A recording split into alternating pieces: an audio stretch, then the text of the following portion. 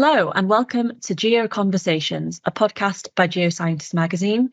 My name is Marissa Lo and today we're focusing on geology and education.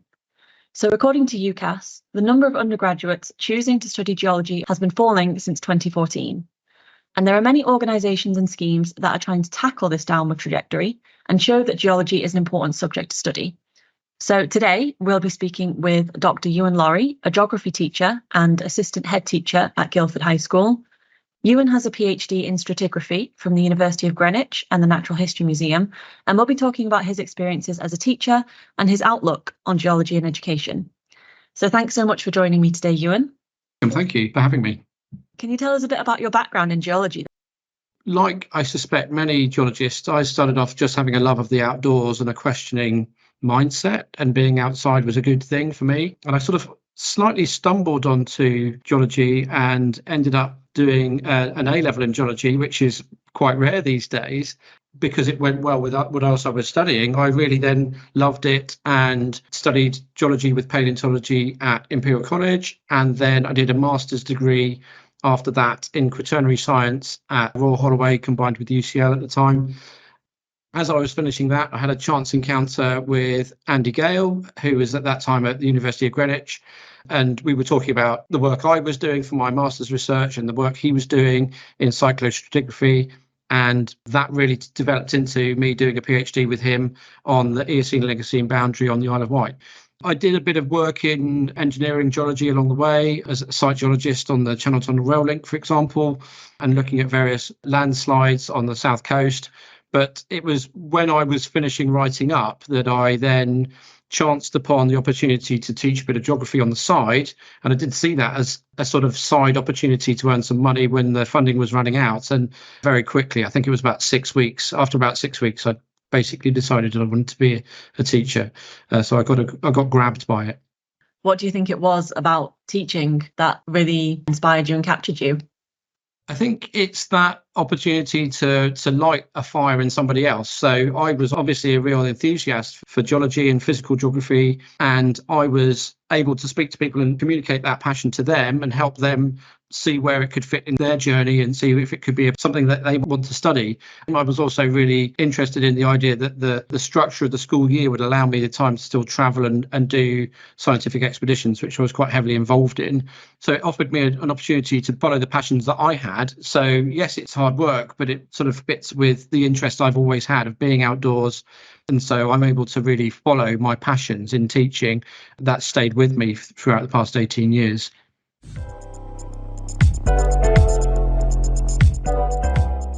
What's your journey through teaching been like? So I started off as a teacher, only teaching 2 days a week whilst I was writing up, focused mostly on physical geography. And so the geology element I was bringing to it was something the school didn't have. I then started teaching the whole syllabus of geography, which required me to kind of go away and learn some things about the human side of it, which I enjoyed doing. And so I've been teaching the whole of geography since 2006. I have taught some various other courses along the way. So I've taught a range of different GCSE syllabuses as things have evolved over the years. But for geography, I've also taught in the IB system. So I've taught geology at IB and A level, and also at IB I've taught a thing called environmental systems and societies. So it's a career where you can really take on different things and put them down again and move around. And I've ended up in this role where I'm dealing with the academic enrichment in the school, which means we're going beyond the syllabus in terms of developing skills and knowledge and attributes in pupils and helping them perhaps find their own passion. I think there's a real difficulty at the moment in opening people's eyes to different topics outside of the quite strict curriculum that's handed down by central government. So if you've got, this is what a geography GCSE must include or a geology A-level must include, and if you've got an interest outside of that, it's really hard to find time to cover that information. What are the main points that you enjoy about your job? It is very different from day to day. So you have a rigid timetable, but that fluctuates quite markedly. So last Monday, I was out at the Geoscientist conference with the whole of Year 8 to get the girls thinking about their potential directions in science and engineering. Then this Monday, I was out in the Ashdown Forest with the D of E group. And so no 2 weeks are the same. There is a sort of rhythm to a year, but each week has its own particular standalone moments. So yesterday afternoon, when I would normally be doing some administration and work, marking and things like that, I was actually speaking to about a dozen different year 11 girls about what their sixth form options might be. So we're constantly involved in the journey that individuals have, not just the sort of delivery of the lessons. That's the sort of the bit that most people would recognise in teaching is being in a classroom, but actually perhaps that's only about half the job of being a teacher.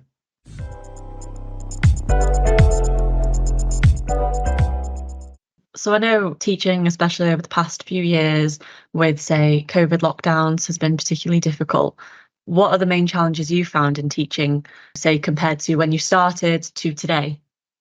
One of the challenges and opportunities has been the tech. And one of the things that teaching did almost overnight was it went online and went onto Teams and various other platforms for COVID and lockdown. And one of the things I learned about myself there was I'm definitely an in-person person, if I can be. And whatever else we were able to keep going online, it's not the same actually as being in the room. So I think teaching is one of those jobs which won't ever really be work from home. It will definitely be in the room. But when I did start out, we had computers and projectors, but they were slow and clunky. If you wanted to use the computer in a lesson, you better get there 10 minutes in advance to switch it on. Whereas now I almost never give out paper. Paper is for tests. All of the girls in our school carry an iPad and an Apple Pencil. So they will still use paper for various things, but they can do a lot of their work on their iPad, which means they're not carrying around 15 kilos of exercise books all the time. The other challenge is the ever-changing landscape outside the room. Talk about changes to A-level structures. Education's a bit of a super tanker. It does take time to change around. So coming up with new specifications, the idea that we will teach maths to 18 for everybody to some degree is, I suspect, amongst our audience, probably broadly welcome. I suspect amongst some 14-year-olds, pretty unwelcome. At the moment, I would say I don't know a school in the country that's not struggling to hire maths specialist teachers. It's really difficult to find maths teachers, physics teachers, chemistry teachers who have both the capability to teach the subject knowledge, and the mindset for teaching. So we've got the challenges, and I think it can be a bit of a political football. There's no such thing, I think, as a perfect exam system, but we are perhaps beginning to move more towards a wider basket of subjects in the sixth form, and a more skills focus, not simply a sort of knowledge dump and an understanding dump, which is where A levels fall down perhaps compared to things like the IB, which is you must study 6 subjects, including your own language and an additional language and maths at least. That's seen as the narrow version when you only do 6, whereas we're pretty much unique in perhaps usually only doing 3 subjects to A level. So it might be our version of normal, but the rest of the world is doing it very differently. One of the things I think has happened over the past 20 years, certainly since I was at school, is A-levels really have become largely a university entrance mechanism, in my opinion. Whereas I remember in my sixth form years, there were people who were doing A-levels because you needed A-levels in order to work behind the bank counter, for example, or you needed them to access the job market in particular areas. Whereas for everybody now, more or less everybody who starts off doing A-levels has that intent to go on to do further study. And that mindset change has perhaps almost invisibly slightly changed what A-levels are about. And so the focus is much more on the assessment than it is on the actual journey and the learning that's going on.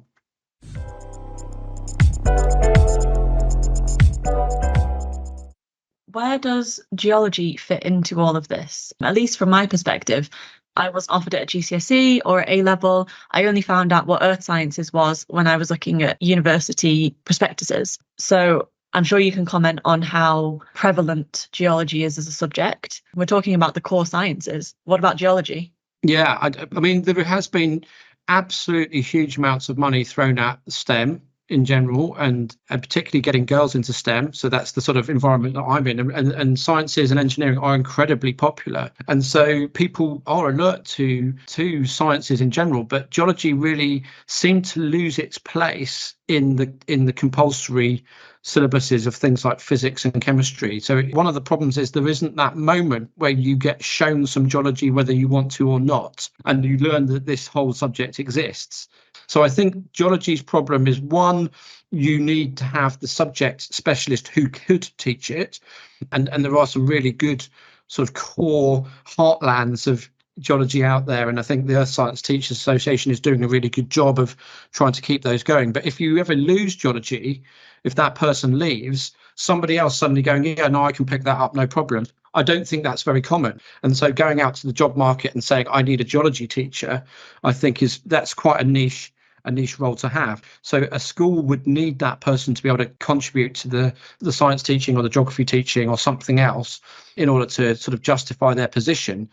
We've got a really crowded curriculum. So turning around and saying, right, we're going to launch geology, or a teacher being in a school and saying, look, I'm teaching you physics, I'm a geophysicist, I could teach A-level geology. So that person being there is a first step. But then there's still somebody at the other end of that decision saying, but when and who's going to get taught by you, and what are they not going to do somewhere else? So there is a cost base associated with any decision to introduce a new subject to the timetable, and at the moment, particularly in the state sector, that funding just isn't there. So there's that dual problem of trying to wedge geology in when the curriculum is already full, and finding the subject specialist who can do it. I'd find it highly unlikely that a school leadership team might sit there and say, well, the one thing we're missing here is geology.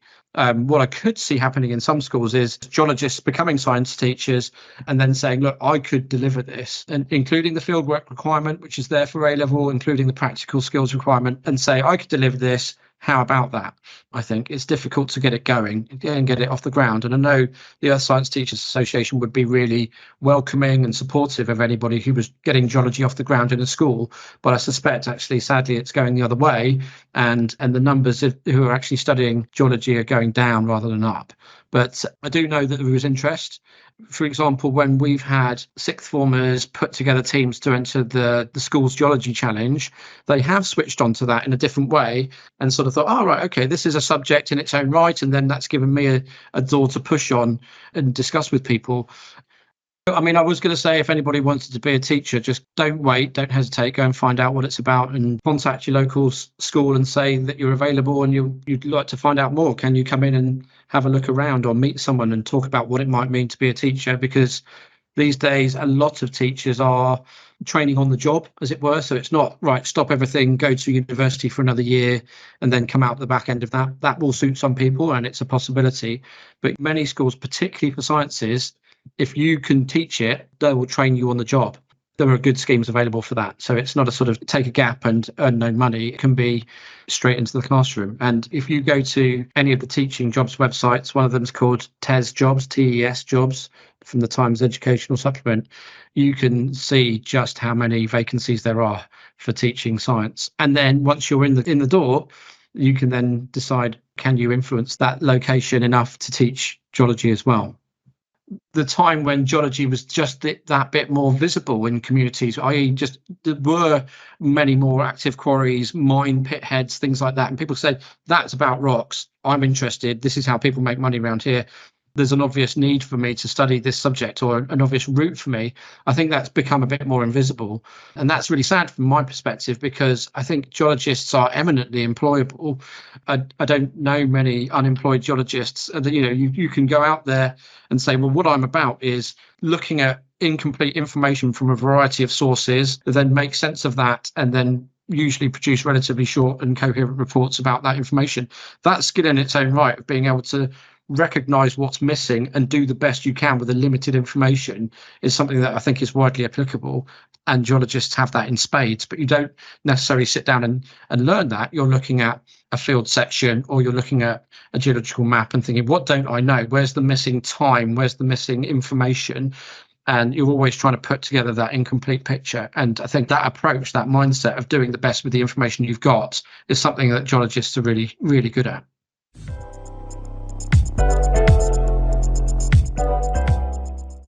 It would be great to chat about some other subject options that I know are coming up on the curriculum. I think you mentioned natural history as a subject option. Is that going to be offered at, say, GCSE level or A level? So the proposal at the moment is to introduce a GCSE in natural history, which is going to be sort of first teach in about 2025, I think. So that would be the first year, and the first assessment would be 2027. It was very much an idea that had its moment and was landing at the right time in political circles, and so it did get picked up. So it has gone through. We've had quite a few education secretaries since then, and so we've always got that nervousness around, will something make it through the transition of ministers or the transition of governments potentially in the future and actually be something that gets studied? I mean, there are various points of view in geography teaching circles about whether this poses a threat or not. Ultimately, I don't think that is true. Anything that introduces young people to the natural world and makes them think about their place within it has a good chance of making them think about what's going on underground as well, and therefore maybe switch them on to that moment of thinking about doing geology, earth science at university. Every kid loves dinosaurs, and they all know a dinosaur. They don't need to be shown that in particular. So there's something intrinsically interesting about our subject and elements of our subject. People are wowed by things like volcanoes, and I think we need to just use those simple ways in, the bits that people already know, to show them that there's a science behind this and there's a way of investigating it, and a livelihood to be earned as well. And I think actually, as geology is going through a bit of a transition itself, a sort of decarbonisation and movement from trying to do one thing to potentially trying to do others, there's a part of a bigger conversation about what geology is really for. But, we are going to need to mine our way to net zero. We are going to need specific minerals in great quantities. And the Cornish lithium project is a good example of that. And so we can show people, if they have an interest, that there is a future to be had in earth sciences, but they're not going to find it for themselves. It is up to the GeoSoc and interested teachers on the ground and other bodies to actually get in there and say, look, actually, what about earth sciences? So, if geologists listening to this thinking, well, I could volunteer to go into my local school and give a talk about what I do and what my subject's about, just get onto them and don't take no for an answer. Because I think if every fellow hearing this could get into their local school and say, what about geology, that might make quite a big difference to the numbers who are taking it. If you don't know it's there, you can't study it. So we probably need to do a better job of our marketing.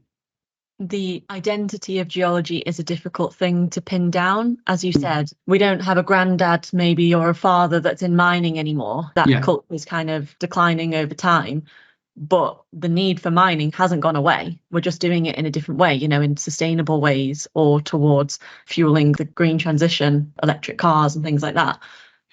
People growing up in mining areas or sort of around places like Aberdeen, the growth isn't necessarily there. So they're not saying, well, there's a job for me if I could be a geologist and therefore there's something for me there. We almost need to show people where that is. And I think perhaps geology maybe is slightly struggling for its identity at the moment. And I certainly feel like a geologist all the time. I'm walking around and I'm thinking, well, this hill exists. I'm sat on a hill in Guildford, and that hill exists because it's chalk and the surrounding rocks are weaker. And I can explain that and explain to the girls the way that the weald has formed and the tectonic background to that. And they can start to go, okay, so the river that's down the bottom of the hill has carved out the entire notch that creates the hub that is Guildford. Again, if you don't have those concepts introduced to you, then you can't begin to marvel about them. And unless you're marveling about the world and curious, then why would you study it? I also wonder whether in days gone by, perhaps when the global labour market was less established, there was an imperative for geologically based businesses to make sure they had a supply chain of the next generation of geologists, where perhaps today they don't say, well, if we can't get them from the UK, we'll get them from somewhere else. And so we know how good geology-based universities are in the UK. So we don't have a problem with the quality of the courses available. But if people don't want to turn up and study it, then they don't really have a future. And because I think, in a world where people are paying £10,000 a year fees and the cost of living is putting a pressure on it, there has to be an economic imperative attached to studying a subject for most students, not necessarily all, but for most. And geology needs to make its case, I think. You can make a good living as a geologist. You might not always be actively a geologist. You might not always be in the field or working in something which looks very, very obviously geological, but you'll be using that geologist training, that mindset that you've developed to interrogate different problems. You might be helping run a school, but you're still using the training that you got.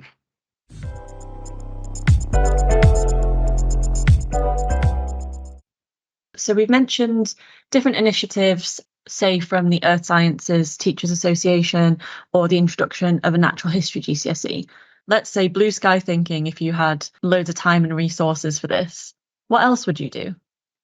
So if I make a comparison with geography has what's known as a subject association. So the Geographical Association is about geography teaching. And the STA does the same thing for geology. But when any decision is made about geography, they are in the room and they're able to say, if you're rewriting the sort of prescriptive content for what should be in an A-level or what should be in a GCSE, they're able to influence that discussion.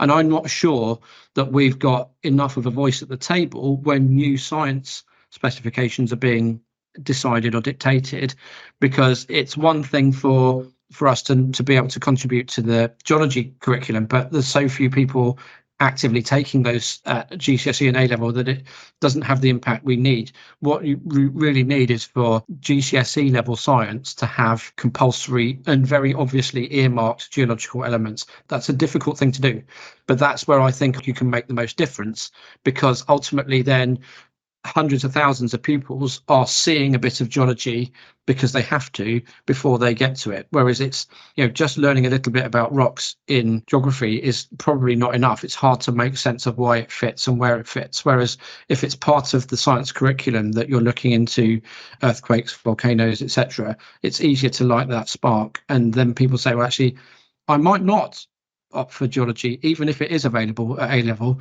but I'm going to take chemistry, maths, physics, so that I'm in a position to take geoscience or earth science at university. So people need to be given that initial moment, that initial trigger. And I think we're not quite in the conversation at the moment. Blue skies thinking, people like the GeolSoc get endowments from geologically based industries, which they can spend on an entire team of young ambassadors that go into every school in the country giving talks about why geology matters and what people can do with it. And then I think that would make quite a big difference. But I don't know where that funding's come from, I'm afraid. The money question is a big one, I think, because science and engineering have, in my lifetime or in my teaching time, never been more popular. So there's a cake out there. We just haven't got a slice of it as geologists. Thanks so much for sharing all of your views today, Ewan. I hope you enjoyed discussing all of this, and thank you for your time. It's been great. Thanks for having me.